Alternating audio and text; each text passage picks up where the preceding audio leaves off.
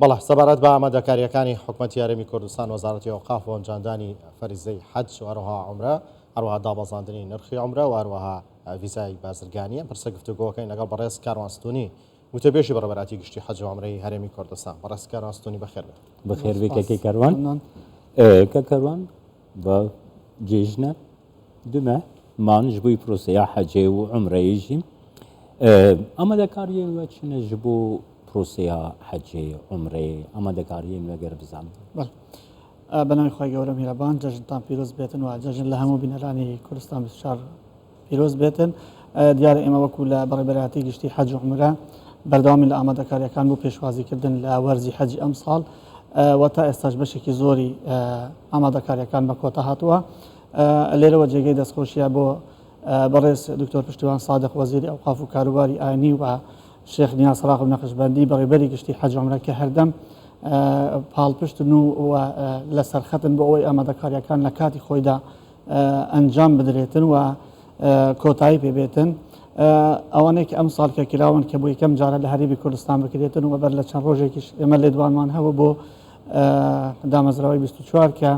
یەکەم ساڵە لە هەرێمی کوردستان ڤیزای حاجیان لێ بدرێتن کە ئەمەش دەستکەوتێکی زۆر گەورە بوو بۆ هەرێمی کوردستان کە ڤیزەی سعودیا لە هەرێمی کوردستان و لە شاری هەولێر لە پایتەختی کوردستان لێ بدرێتن. ساڵانی پێشتر دەبای ئەم جیاوازانە هەموو بچێتە دەروەی وڵات یاخود بچێتە بەغدا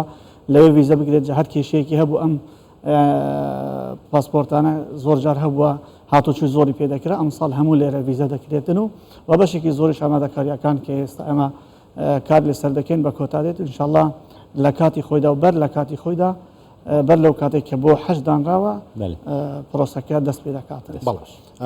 تێچووی حەج ئەم ساڵ چەنە بێت و عومرە پێشتر چەند بۆ کێسا کەم کراوەتەوە؟ بەڵێ بەنسبەت پرسیاری یەکەمەوە کە تێچووی حەج چەندە ئێمە پێشتریش کە ڕەمانگەیاندووە طبعاً لە پاش هەمانگیەکی زۆری وەزارەتی ئەوقاف و بەڕێبەراتی گشتی حەج و عومرە لەگەڵ دەستەی باڵای حەج و عومرە عێراقی گەیشتنە ڕێککەوتن لەگەڵ ئەوەی کە ئەم ساڵ وەکو پار ساڵیش حەج بە شێوەی وشکانی و بە شێوەی ئاسمانی هەبێتن. ئەم ساڵ 1500 هاوڵاتی لە هەرێمی کوردستان بە شێوەی وشکانی گەشت دەکەن کە تێچووەکەی کەمترە 5,300,000 و ئەوانەی کە بە شێوەی ئاسمانیش گەشت دەکەن 6,350,000. طبعاً ئەو نرخەیە دەمەوێت ڕوونکردنەوەیەک لەسەر ئەم نرخەیە بدەن کە ئەم نرخەیە کە دانراوە بە دیناری عێراقی وەرگراوە لە پاش کۆمەڵێک گفتوگوی بەردەوام هەمانگیەکی زۆر چڕ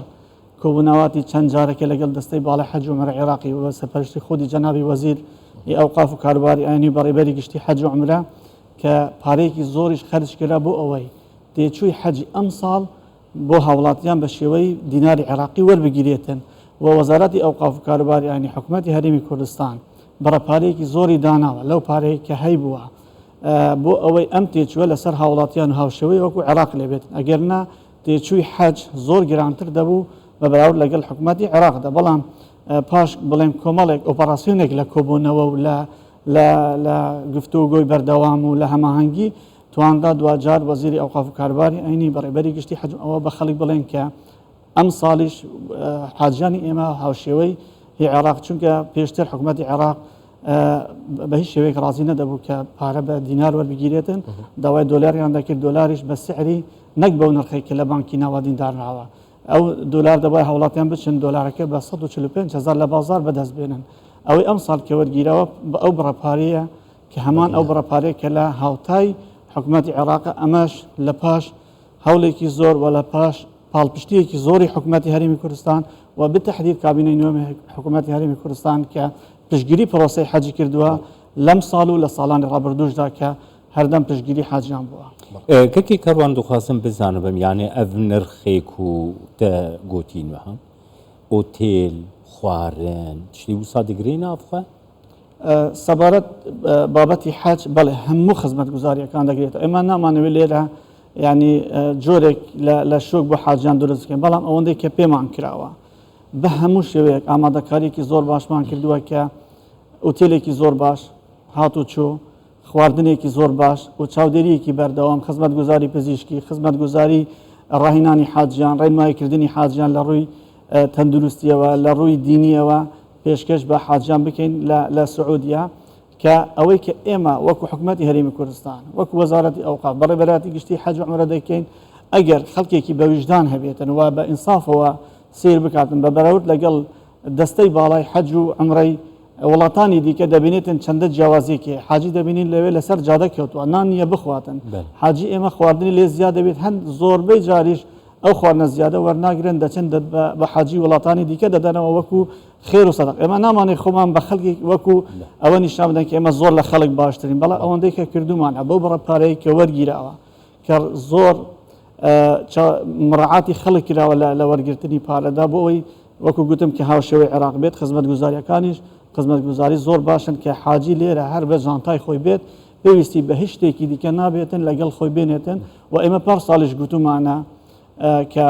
هیچ پێویست ناکە حاجی لێرەوە خواردن یا خۆت هیچ شتێک لەگەڵ خۆی بینێت تەنانەت جلشۆریشان بۆ دادن ئەوەی خزمەت گوزاری بێتن ئێمە لەوێ بە ئەرکی خۆمان دەزانین نەکو وەکو منەت بە حاجی بفرۆشینەوە ئەرکی ئێمەیە وەکو بەڕێبەراتی گشتی حەج و عومرە وەکو وەزارەتی ئەوقاف وەکو حکوومەتی هەرێمیش کە ئێمە خزمەتی میێوانانی ماڵی خوا بکەن و خزمەتی هاوڵاتیانی خۆمان بکەین. ئەم ساڵ ئامارێک لە بەردەستە کە چەند کەس لە هەرێمی کوردستانەوە بەشداری لە پرۆسەی حەجەکەن بۆ پێی پێم وابێت ژمارەیەک ماونەتەوە هی سەردەمی کۆرۆنایە تێکەڵەکەن پێم وابێ هی ئەوانە و هەندێکی تازەش ژمارەیەک لە بەردەستە کەم ساڵ چەند بەشداریەکەن بەڵێ دیارە ئەم ساڵ ئێمە پێش دووسێ مانگ تقریبن بە یاوەری بەڕێبەرێتی گشتی حەج و عومرە ئێمە سەردانی جەدەمان کرد لە کۆنفرانسی جەدە بەشدار بوون کە تایبەت بوو بە خزمەت گوزاریەکانی حەج و عومرە لەوێ گفتوگۆمای ڕاستە و خۆمان هەبوو لەگەڵ وەزیری حەج و عومرەی سعودی لەگەڵ بەرپرسانی تایبەت لە حەج و عومرە لە سعودیا بە هیچ شێوەیەک ئەوان وەکو ڕێژە بوو هیچ وڵاتێک زیاد ناکەن لە هەر ملیۆنێک هزار کەس دەچێتن ئەمە ستانداردێکە بە هەموو وڵاتان دانراوە بەش بە حاڵی هەرێمی کوردستانیش لەسەر ئەو ڕێژێک کە بۆ عێراق دانراوە هەمان ئەو ڕێژێک کە پارساڵ کە ژمارەیان 4685 کەسە بۆ هەموو هەرێمی کوردستان ئەمەش بە پێی ڕێژەی دانیشتوان لەسەر شارەکاندا دابەش کراوە کە هەر شارێک ڕێژەی دانیشتوانی چەندە بەم شێوەیە بەبەرکەوتووە سەبارەت بە گەشتی وشکانیش بە هەمان ڕێژە دابەش کراوە ئێمە پارساڵ نزیکەی 690 کەسمان هەبوو کە بە ڕێگەی وشکانی سەفەریان کردبوو ئەم ساڵ لەبەر ئەوەی نرخەکەی 1 ملیۆن دیناری هەرزانتر بوو داواکاریەکی زۆرتر خواستنی خوازەری لەسەر گەشتی وشکانی هەبوو ڕێژەکەمان بۆ 1500 کەس بەرز کردەوە ئێستا ئەم ساڵ 1500 کەس لە هەرێمی کوردستان بە شێوەی وشکانی سەفەر دەکەن هەموو پاسەکان پشکێنراون هەموو ئامادەکاریەکان کراون و دەبێت ئەوەش بە هاوڵاتیان بڵێم کە ئەمەی کە ئێستا پێشکەش بە حاجیان دەکرێت چ عومرەی وشکانیە چ حەجی وشکانیە لە پاش کۆمەڵێک کاری بەردەوامی حکوومەتی هەرێمی کوردستان لەسەر ئاستی باڵا لە ئێرە و لە بەغدا وەزارەتی ئەوقاف بتەحدید وەزیری ئەوقاف و بەڕێوەبەری وەزیری ئەوقاف کاروباری ئاینی دکتۆر پشتیوان سادق کە هەمیشە هەڵوێست و پاڵپشتیان جێگەی ڕێز و تەقدیر بووەوە و بەڕێوەبەری گشتی حەج و عومرە شێخ نیاز نەقشبەندی کە چەندین جار سەردانی بەغدای کردووە بۆ ئەو هەماهەنگیە و ئەو ڕێککەوتنە بکرێت لەگەڵ بەغدا ئێمە بتوانین حاجی خۆمان عومرەکاری خۆمان بە وشکانی لێرە ئەوەی توانای نییە بە فڕۆکە بچێت بە پاس ئێستا کۆتا نرخ کە ئەوەی عومرە وەکو جەنابەت پرسیارت کرد کا کومار پێش چەند خۆلەکێک کۆتا نرخ کە ئێستا هاتۆتە سەر ئەوەی عومرەی وشکانی کەمتر بووە لە 400 دلار یعنی لە 400 دلار تۆر لە هەولێر بە پاس دەچی لە مەکە و لە مەدینە عومرەی خۆت دەکەیەوە و دێەوە ینی بڕوا ناکەم بە هیچ زۆر کەم لە تەمەنی حەج و عومرەدا ئەو نرخە نەبووە و ئەوەی کە تایبەتە بە گەشتی ئاسمانیش ئەوەی کە ئەوڕۆ لە ڕێگەی ئێمە وەکو بەڕێبەراتی گشتی حەج و عومرە وەزارەتی ئەوقاف ئێمە بە هیچ شێوەیەک نرخ دانانی لەسەر حەج یاخود لەسەر عومرە بە تەحدید لەسەر عومرە ئێمە بەگشتی لە هەموو ڕێیەکەوە چاودێری کۆمپانیەکان دەکەین کە باشترین خزمەت گوزاری و هیچ کێشە و گرفتێک بۆ عومرەکاران دروست نەکەن لە ڕێگەی تیمەکانی ئێمەوە ئێمە ژمارەی خۆمان لەسەر پیجی تایبەت بە بەڕێوەبەراتی گشتی حەج و عومرە دانراوە بە ناوی کورد حەج کە هەر عومرەکارێک لەوێ گرفتێکی هەیە سکاڵایەکی لەسەر کۆمپانیایەک هەبووە سەردانی ئێمە بکات یاخود بەنامەیەک پەیوەندی بە ئێمە بکاتن ئێمە ئیجراعات دەکەین وە کردوشمانە ئیجراعات لەگەڵ کۆمپانیا کراوە کە گرفتی بۆ عومرەکار دروست کردووە کە هیچ جارێک نەچێتە عومرەوە ئیجراعاتی یاسایی لەبەرکراوە بۆیە ئەوەی کە ئێستا هەیە کە عومرەی ئاسمانی لە ئێستادا بووتە بە کەمتر لە 500 دلار ئەمەش لە پاش کۆمەڵێک وەکو گوتم ئامادەکاری وەکاری بەردەوامی حکوومەت کە ئێمە لە دەستپێکدا لەوەدا سەری هەڵدا کە ڕێنماکانی دامەزراندنی کۆمپانیامان دەستکاری کردەوە لە ماوەی 2 ساڵی ڕابردوودا نزیکەی 100 کۆمپانیا دامەزراوە ئەم 100 کۆمپانیا هەرێکی 4-5 خێزان پێدا سوودمان بوونەوە ئەم خێزانانەش و ئەم کەسانش کە لەم بوارەدا ئیش دەکەن بە هیچ شێوەیەک نابێت فەرمانبەری میری بن دەبێت کەسێک بێت کە بێ ئیش بێتن بۆیە هەوڵەکانی ئێمە بەردەوامە کە ئێمە بتوانین هەر ئیشێک بکەن هەر قەرارێک بدەین لە بەرژەوەندی هاوڵاتیان و لە پێناو خزمەتکردنی هاوڵاتیان بێت هەروەک ئەوەی کە ناونیشانی کابینەی نوێی حکوومەتی هەرێمی کوردستانە کە کابینەی خزمەت ئێمەش دەمانەوێت لەم ڕۆوە لە بابەتی حەج و عومرە لە بابەتی خزمەتکردنیان خزمەتی هاوڵاتیانی خۆمان بکەین کەکی کەڕوانها هەن کەس هەنە بریا بازرگانەیە بۆ دشنە حەج مثلا گەر هەن کورد وسا بچن لێ دەرێ يعني بك ابن الروشة كده جو بيستياوان هبه بوهبه يعني هون دريبه ذكريه بو آلي كاريه بو وان كسان بله حج فرمي او حجيك اللي رجي بريبراتي قشتي حج وعمره وزارتي اوقافه وذكريتن كجماريان 4685 كسا اما لا چند روجي رابردودا لرجي هوشداريك ولا لبريبراتي قشتي حج وعمره خلق من اقدار كردوتوا كاور بانگشەی کە ئێستا دەکرێت خەڵکانێک بە ناوی ڤیزەی ساڵانە بە ناوی ڤیزەی بازرگانی بە ناوی ڤیزەی مژە بە هەر ناوێک لە ناوەکان بە هەر جۆرێک لە جۆرەکان بی کە بانگشەی ئەوە دەکەن خەڵک دەبەنە عومرە هیچ ئەسڵ و ئەساسێکی نییە و هیچ زەمانەتێکی نییە لەوێ تووشی کێشە و گرفت دەبنەوە ئەو خەڵکێک کە دەوێت حەج بکاتن بەو شێوەی کە باسمان کرد بە ڕێگەی ڤیزەی ساڵی بە ڕێگەی ڤیزەی هەر ڤیزەیەک بێتن با سەردانی وەزارەتی حەج و عومرە بڵێن پێیجی حەج و عومرە بکاتن بزانە چه سزایەکی بۆ ئەوەنەدا با من بۆیان بکەمە لێرەوە باز بکەم هەر کەسێک کە دەستگیر بکرێتن لە سعودیا کە بە شێوەی یاسایی حەجی نەکرد بێتن 50,000 ریال سعودی غەرامە دەکرێت کە دەکاتە نزیکەی 15,000 دلاری ئەمریکی 6 مانگ بەنگ دەکرێتن و 10 ساڵیش پاسپۆرتەکەی مۆر دەکرێتن کە بۆی نەبێتن جارێکی تر لە ماوەی ئەم 10 ساڵەدا سەفەری سعودیا بکاتەوە جا بۆ ئێمە هۆشداری دەینە خەڵکی خۆمان کە پار ساڵیش ئێمە کۆمپانیا هەبووە و ئێستا لە کار ڕامان گرتووە و هۆشداریمانداوە ئەو کۆمپانیانەی کە لە بەڕێبەراتی گشتی حەج و عومرە مۆڵەتیان وەرگرتووە بۆ ئەوەی کار بکەن لە بواری حەج و عومرە بە هیچ شێوەیەک نابێت تخۆنی ئەو حەجە بکەنەوە کە پێی دەڵێن حەجی بازرگانی یاخود حەجی ڤیزەی ساڵی بۆ ئەوەی ئەم ناوە بەکار نێنن بۆی هاوڵاتیان هەڵبخەڵەتێنن و لە حەڵەتێکدا ئەگەر ئەمە ئاشکرا بوو ئێمە تونترین لێپێچینەوەیان لەگەڵدا دەکەین بەڵێ ئەجگەلەوە یعنی ئێستا ئەگەر کەسێک بیەوێت بڵێت من لە ڕێگەی حکوومەتی هەرێمی کوردستانەوە ناچم بۆ حەجەمێ خۆم بڕۆم نابێ بڕۆ ناتوانێت یان چییە پرۆسێ وەکو لە لای ئێمە هیچ کێشێکمان لەگەڵدا نیە بۆ خۆی دەتوانانی وەکو هاوڵاتیەک بچێتە وڵاتی دووەم وڵاتی سێیەم بۆ نمونە لێرە بچێتە وڵاتێکی تر مانگێک 2 مانگ لێ بمێنێتەوە بەڵام ئێمە وەکو بەڕێبەراتی گشتی حەج و عومرە وەکو وەزارەتی ئەوقاف حکوومەتی هەرێم بە هیچ شێوەیەک لە چوونی ئەم خەڵکە بەرپرسیار نین و پێشوەختەش لێرە بە لە ڕێگەی کەناڵە بەڕێزەکەتانەوە بە خەڵک دەڵێن ئێمە لی بەرپرسیار نین و لەوێش هیچ شتێکمان بۆیان ناکرێتن چونکە ئەمانە بە ڕێگایەکی نایاسایی سعودیا فەرمانێکی دەرکردووە کە ئەوانەی بەم شێوەیە دەچن کە تەسریحیان نییە حتى هاوڵاتی سعودی دەبی تەسریحی هەبێتن بۆی حەج بکاتن من نازانم ئەو خەڵکێک کە دەچێتن تەسریح لەکوێت پەیدا دەکاتن یعنی جێگەی پرسیارە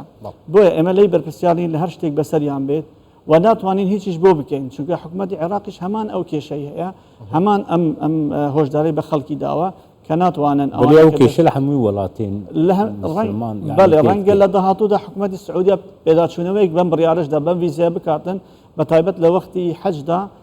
ڕای بگرێتن یا خودت چەند سنوورێکی دیکەی بۆ دابنێتن تاوەکو بتوانانی کۆنتترۆلی وەزعەکە بکات چونکە ناکرێتەوە کەکەڕوان ئەو ڕەوشێک هەیە ئەو حەجا بەدی بەێ ئەم بێژن کەسێک کو نەخۆش بکەوێ یانجی کەسێکی شوناوی بچێ بکەی ئەو دوێ ڕەوشەیەدا ڕێپێدان هەیە و چاوە دەنرخین وەکو حەجا بەدیل بوون منە کەسێک گیانی لەدەستداوە مردووە یا خۆت لەسەر قەرەوێ لە کەوتوە ناتوانێت حەج بکاتن جاری وایە لە ڕێگەی خەڵکیکی دیکەوە دەوێتن حەج بکات طبعا لە سعودیا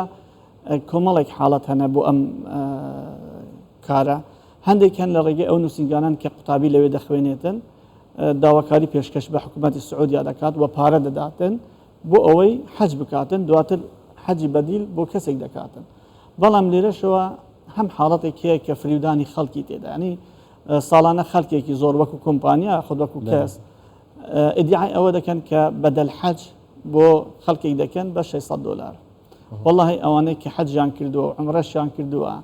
دەزانن کەس بە 600 دلار ناچێتن قوربانی وەر ینی سەر ببڕێتن و پێ سێ چوار ڕۆژیش لە شوێنێک بیتن ئەم هەموو کارە بکاتن بۆ 500-600 دلار و بەڵگەشتمان هەبووە کە خەڵکانێک بە ڤیددیۆ تەسویر کراون چەند جارێک ناوی جیاوازی هیناوە